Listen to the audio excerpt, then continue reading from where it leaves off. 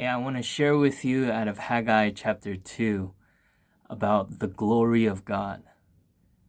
The glory of God is coming. And without a doubt, even though there is wickedness, even though there is evil and pain, the end will be the glory of God. If you look at Haggai chapter 1, we see Israel, they come out of Babylon from captivity, they were enslaved, and they were given the assignment to rebuild the temple. And what was the temple? The temple resembled God's presence. The temple resembled God's favor, God's blessing. And this presence was a reminder for Israel to remember who God is, that God is supreme, that God is over all. No matter how strong Babylon is, no matter how strong these nations are, God is greater, God is stronger.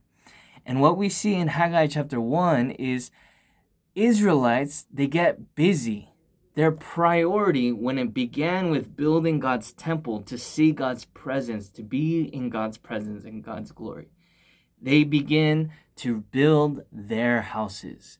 Their priority shifted from serving God, from building the presence of God, building the house of God, to building their own house.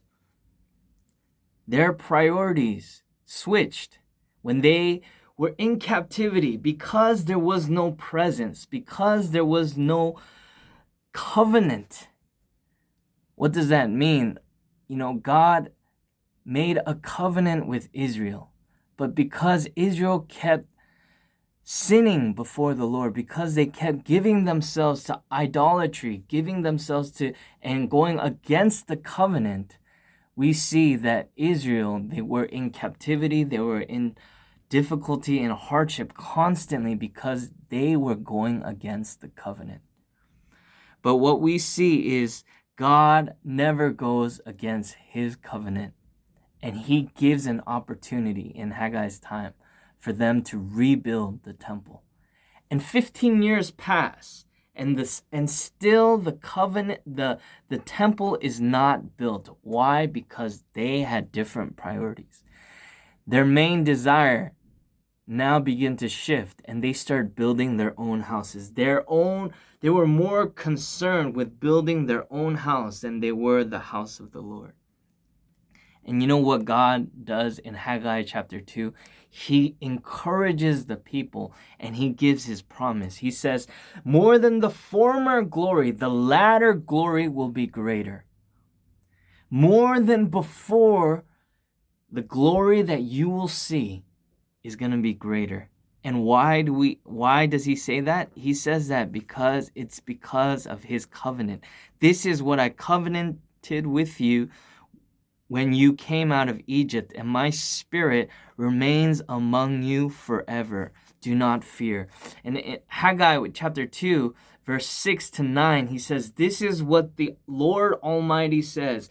In a little while, I will once more shake the heavens and the earth, the sea and the dry land. I will shake all the nations, and what is desired by all nations will come, and I will fill this house with glory, says the Lord Almighty. The silver is mine, and the gold is mine, declares the Lord Almighty. The glory of this present house will be greater than the glory of the former house, says the Lord Almighty.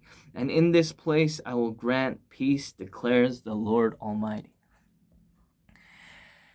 I want to encourage everyone to know this. Even though there is difficulty, even though there is amazing evil, wickedness that we've never seen before, the glory that is coming will be great. The glory of God is coming.